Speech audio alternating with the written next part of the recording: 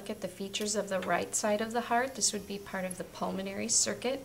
I'm going to start with the vessels that return blood to the right atrium, and we looked at those earlier in a different module, but you would turn the heart around to the posterior view and find that superior vena cava, and opening up the right atrium, you would look for a very large hole, and I can stick my probe in that superior vena cava like so, and this is one of those hearts that has a superior vena cava not opened up.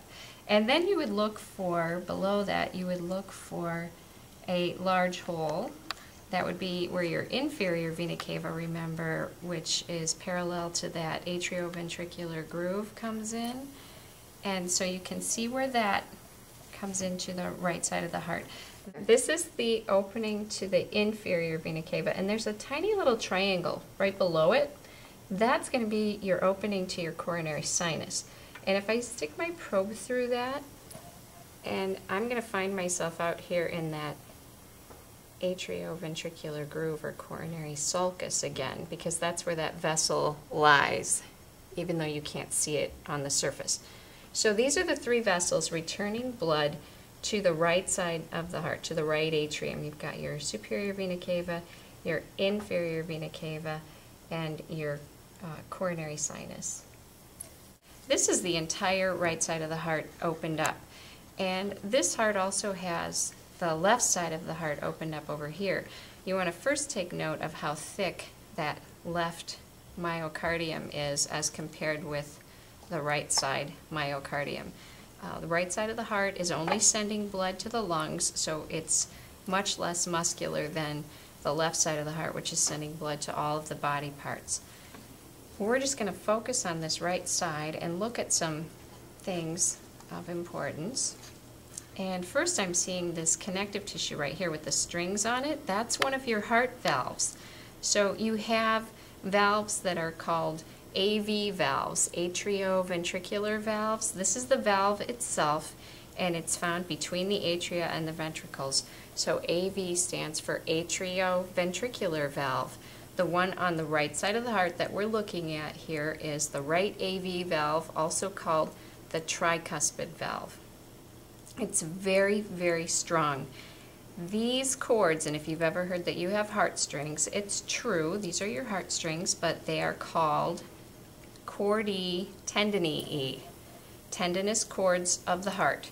They are attached above to the valve itself, to the AV valve, and below they are attached to a muscular portion of the ventricle called papillary muscle. So papillary muscles attach to the cords, and they play a role in causing these valves to close. Inside the atrium, you can see these muscle bundles in here. This is called pectinate muscle. And so pectinate muscle characterizes the appearance of the inside of the atria.